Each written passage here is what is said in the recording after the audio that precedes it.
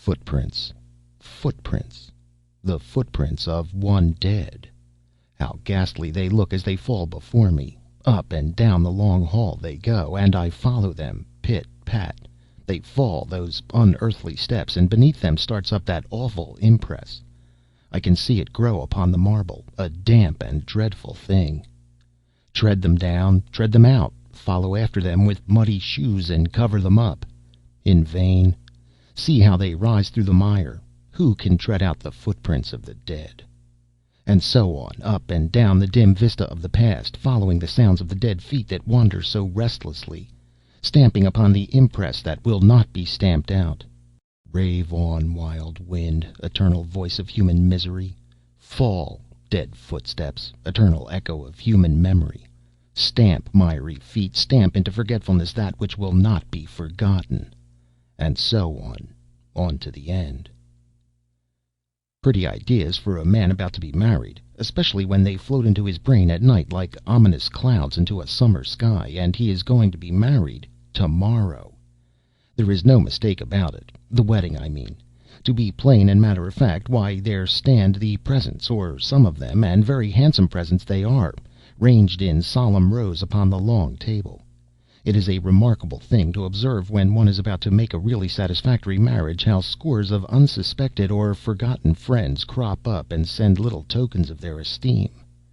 It was very different when I married my first wife, I remember, but then that match was not satisfactory. Just a love match, no more.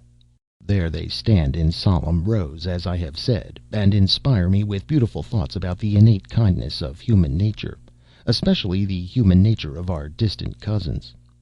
It is possible to grow almost poetical over a silver teapot when one is going to be married tomorrow. On how many future mornings shall I be confronted with that teapot? Probably for all my life, and on the other side of the teapot will be the cream jug, and the electro-plated urn will hiss away behind them both. Also, the chased sugar basin will be in front, full of sugar, and behind everything will be my second wife. "My dear," she will say, "will you have another cup of tea?" And probably I shall have another cup. Well, it is very curious to notice what ideas will come into a man's head sometimes. Sometimes something waves a magic wand over his being, and from the recesses of his soul dim things arise and walk.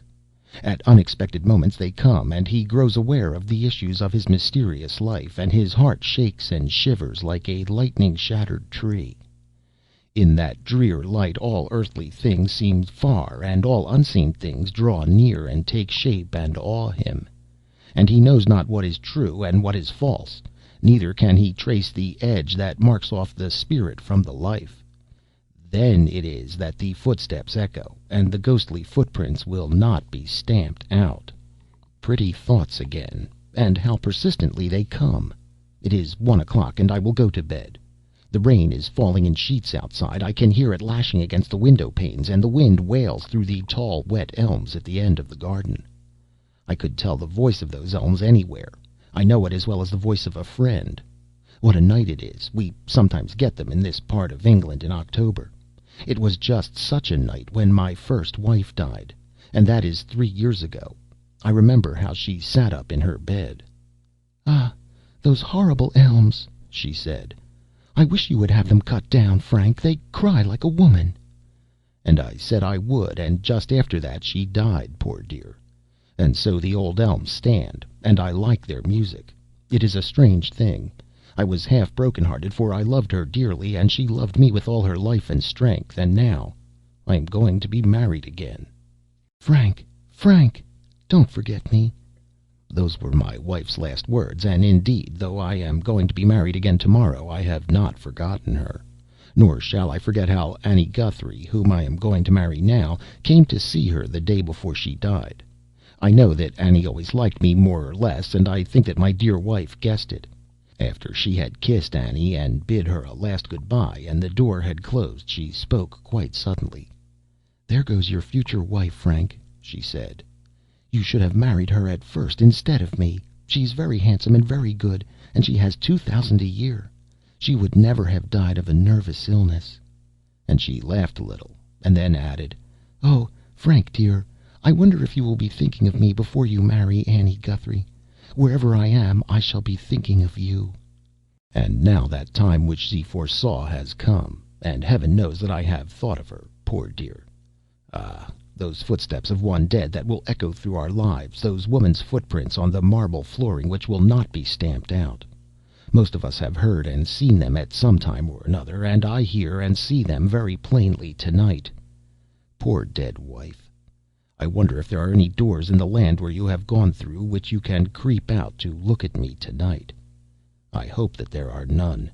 Death must indeed be a hell if the dead can see and feel and take measure of the forgetful faithlessness of their beloved.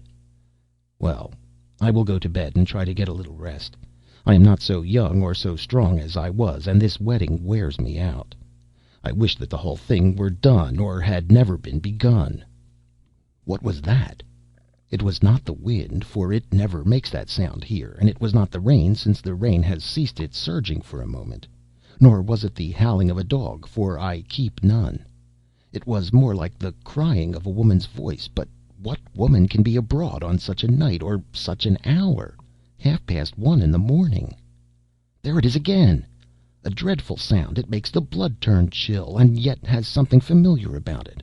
It is a woman's voice, calling round the house. There she is at the window now, and rattling it. And, great heavens, she is calling me! "Frank! Frank! Frank!" she calls. I strive to stir and unshutter that window, but before I can get there she is knocking and calling at another. Gone again with her dreadful wail of "Frank! Frank!" Now I hear her at the front door, and, half mad with a horrible fear, I run down the long dark hall and unbar it. There is nothing there, nothing but the wild rush of the wind and the drip of the rain from the portico. But I can hear the wailing voice going round the house, past the patch of shrubbery. I close the door and listen. There, she has got through the little yard and is at the back door now. Whoever it is, she must know the way about the house. Along the hall I go again, through a swing door, through the servants' hall, stumbling down some steps, a kitchen, where the embers of the fire are still alive in the grate, diffusing a little warmth and light into the dense gloom.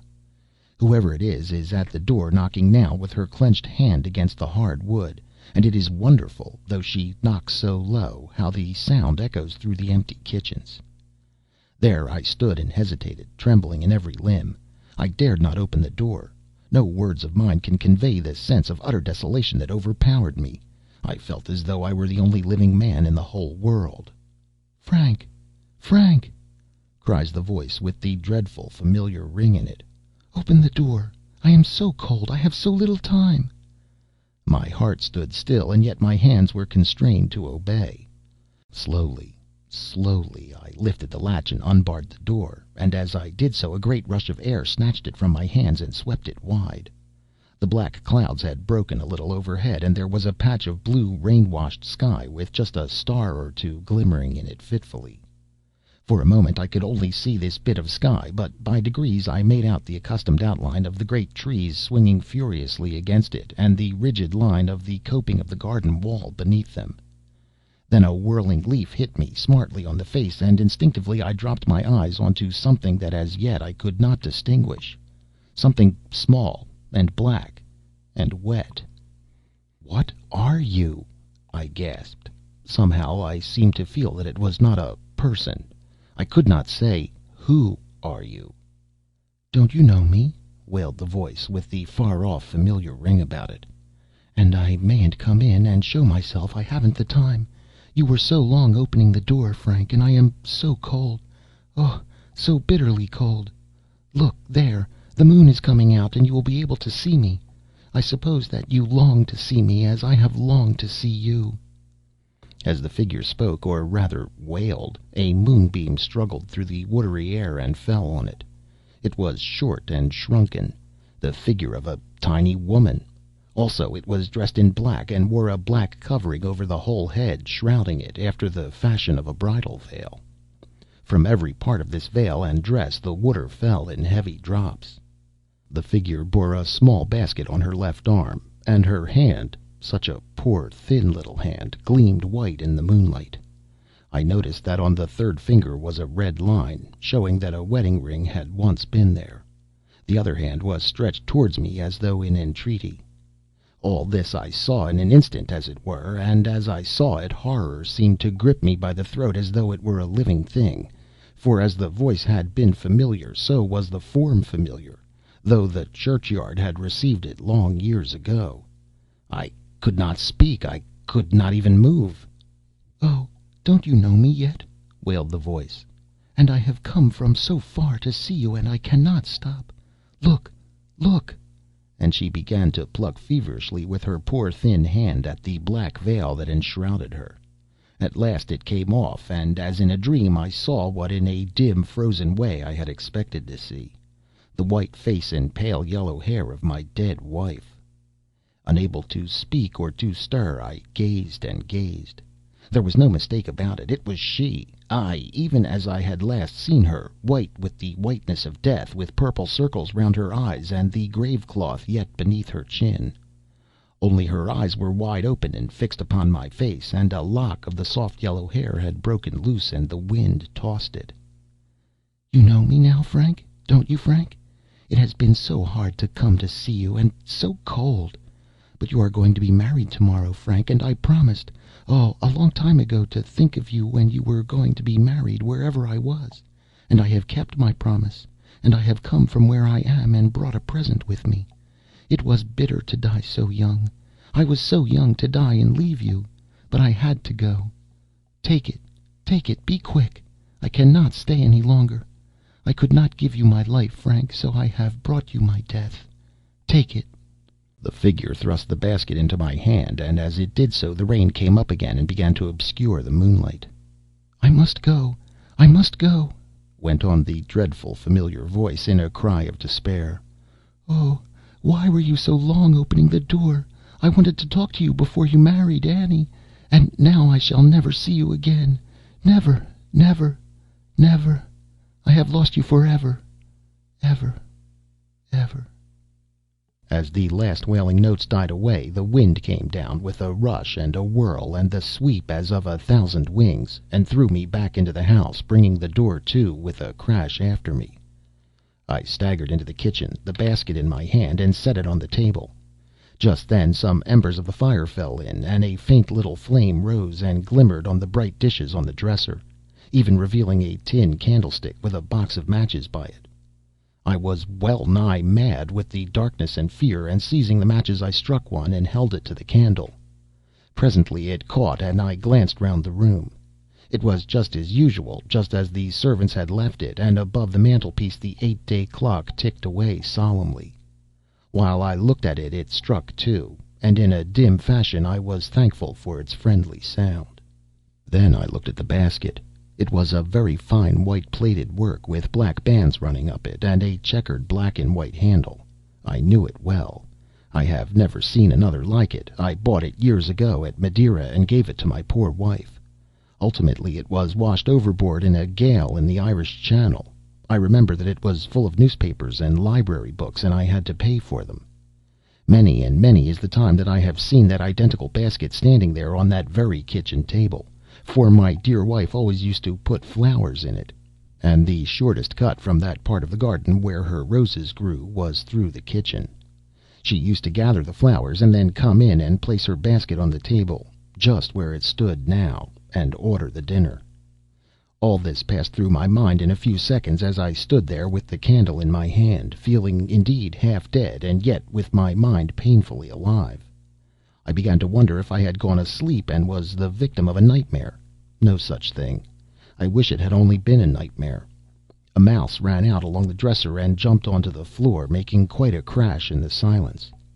What was in the basket? I feared to look, and yet some power within me forced me to do it. I drew near to the table and stood for a moment, listening to the sound of my own heart. Then I stretched out my hand and slowly raised the lid of the basket. "I could not give you my life, so I have brought you my death." Those were her words. What could she mean? And what could it all mean? I must know, or I would go mad. There it lay, whatever it was, wrapped up in linen. Ah, heaven help me! It was a small, bleached human skull! A dream. After all, only a dream by the fire, but what a dream! And I am to be married to morrow. Can I be married to morrow?